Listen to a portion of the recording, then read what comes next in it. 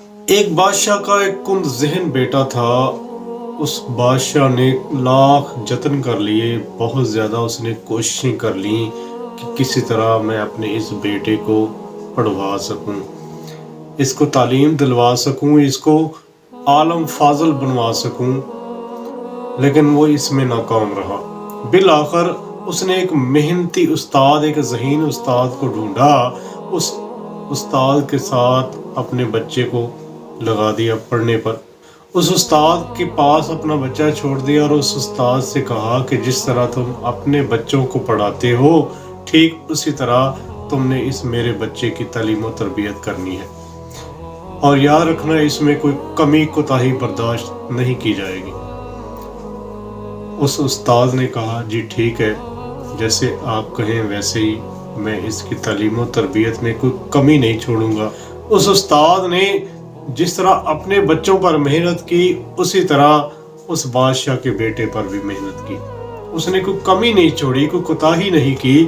لیکن ایک وقت گزرا، اس کے بچے عالم اور فاضل بن گئے. لیکن وہ بادشاہ جس نے اس استاد کو کہا تھا کہ اپنے بیٹوں کی طرح میرے بیٹے کی بھی تربیت کرنا، اس کو بھی ویسے ہی تعلیم دینا، جب عالم صاحب کے جو بچے تھے وہ بھی پڑھ کر عالم اور فاضل بن گئے اور بادشاہ کا بچہ فیل ہو گیا اور ناکام ہو گیا، اس کو کچھ دنیا اور دین کا پتہ نہ چلا، وہ جیسے کورا آیا تھا استاد کے پاس ویسے کا ویسے کورا ہی رہ گیا. تو اس وقت بادشاہ نے اس عالم کو بلایا اپنے پاس، سخت ناراض ہوا اور سختی سے اس سے کہنے لگا کہ بتاؤ تمہارے بچے پڑھ گئے، میرا بیٹا کیوں نہیں پڑھ پایا؟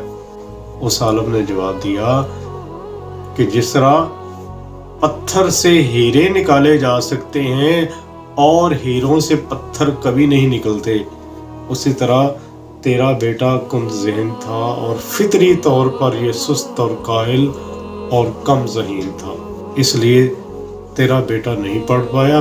میرے لاکھ جتن کرنے کے باوجود، میری کوششیں کرنے کے باوجود تیرا بیٹا نہیں پڑھ پایا.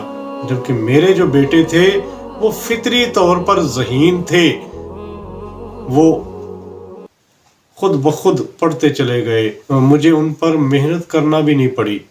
جبکہ میں نے تیرے بیٹے پر بہت زیادہ محنت کی، اپنے بیٹوں سے بڑھ کر محنت کی، لیکن تیرا بیٹا ویسے کا ویسا رہا.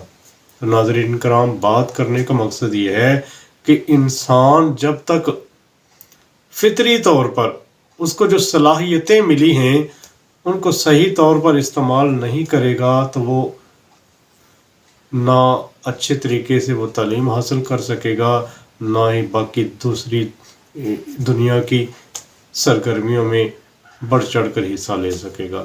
وہ ہمیشہ ناکام رہے گا، کیونکہ اس کا جو فطری رجحان اور فطری میلان جو ہے اللہ تعالیٰ نے اس کو وہ ودیت ہی نہیں کیا ہوتا جس کی انسان اس سے توقع رکھ لیتا ہے.